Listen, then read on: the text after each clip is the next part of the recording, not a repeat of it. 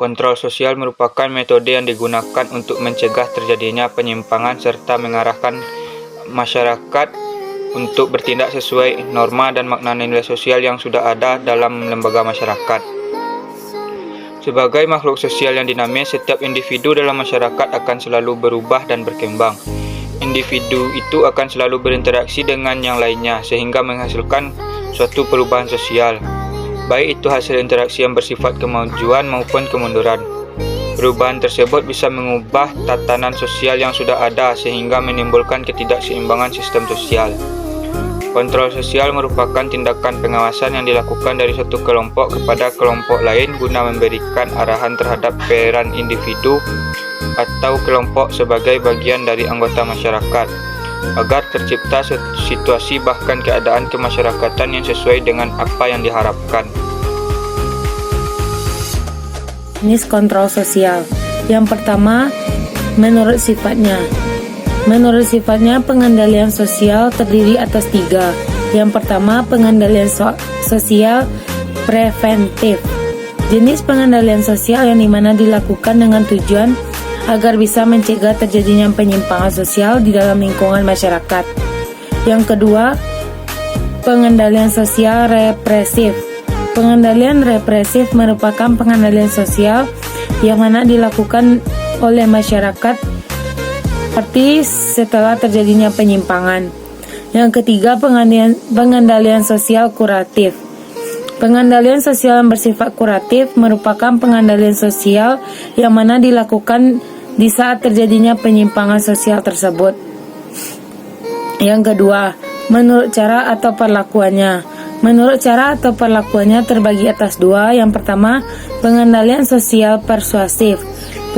Pengendalian sosial persuasif merupakan usaha pengendalian sosial yang mana dilakukan dengan cara mengajak atau membimbing masyarakat agar bisa bertindak selaras dengan norma dan nilai yang berlaku di dalam lingkungan masyarakat. Yang kedua, pengendalian sosial koersif. Pengendalian sosial koersif merupakan usaha pengendalian sosial yang mana dilakukan dengan cara ancaman ataupun kekerasan fisik. 3. Menurut resmi atau tidaknya. Menurut pengendalian sosial resmi merupakan pengawasan yang dilakukan atas dasar penugasan dari badan-badan resmi seperti negara atau agama. Yang kedua yaitu pengendalian sosial tidak resmi. Jenis pengendalian sosial tidak resmi dilakukan dengan tujuan untuk memelihara peraturan tidak resmi yang dimiliki oleh masyarakat. Yang keempat, menurut pelakunya terbagi menjadi 2. Yang pertama, pengendalian sosial institusional. Pengendalian ini merupakan pengaruh yang datang dari pola-pola kebudayaan yang mana dimiliki oleh institusi dan lembaga tertentu. Pola-pola kelakuan serta kaidah yang ada di dalam lembaga ini tidak hanya dapat mengontrol anggota lembaga di dalamnya, namun juga bagi masyarakat yang ada di sekitar lembaga tersebut. Yang kedua, pengendalian sosial berpribadi. Pengendalian ini merupakan pengaruh yang baik ataupun buruk datangnya dari orang-orang tertentu yang bisa mempengaruhi, dalam artian tokoh terkenal yang bisa mempengaruhi orang lain sekitarnya. Kelima, menurut tekniknya terbagi menjadi 2. Yang A, computation.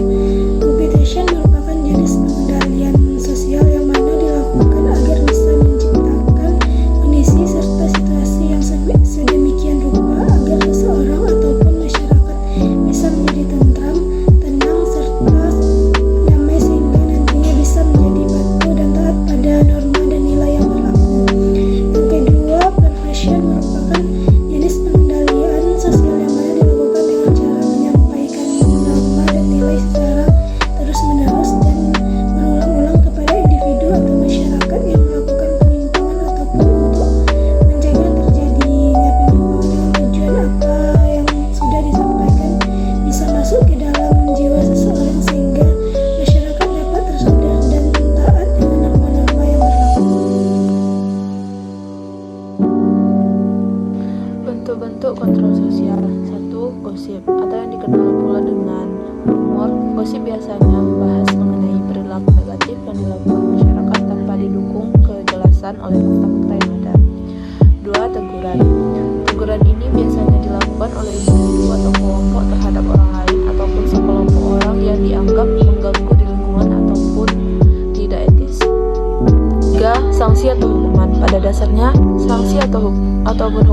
merupakan hadiah atau konteks negatif yang mana diberikan kepada individu atau sekelompok yang telah melakukan perilaku atau perbuatan menyimpang. 4. Pendidikan merupakan usaha yang dilakukan dengan sadar oleh individu maupun sekelompok yang mana dilakukan dengan tujuan mempengaruhi seseorang ataupun sekelompok orang agar dapat mencapai tingkat kematangan. Melalui pendidikan pula lah orang-orang mengetahui, mengerti, memahami, serta berlatih sistem norma dan nilai-nilai berlaku di lingkungan masyarakat. 5. Agama. Agama memang ada untuk mengajarkan kepada seluruh manusia untuk bisa menjaga hubungan yang baik antara sesama manusia dengan makhluk lainnya, bahkan antara manusia dengan Tuhan Yang Maha Esa. Hubungan yang baik itu sebenarnya dapat dibina dengan cara menjalankan segala perintah Tuhan serta menjauhi segala larangan yang ada. To moving on, cause you think I'm such a happy person. No, you are wrong by saying my laughter is louder than yours. Shut your freaking mouth. No one knows what I feel and what I suffer.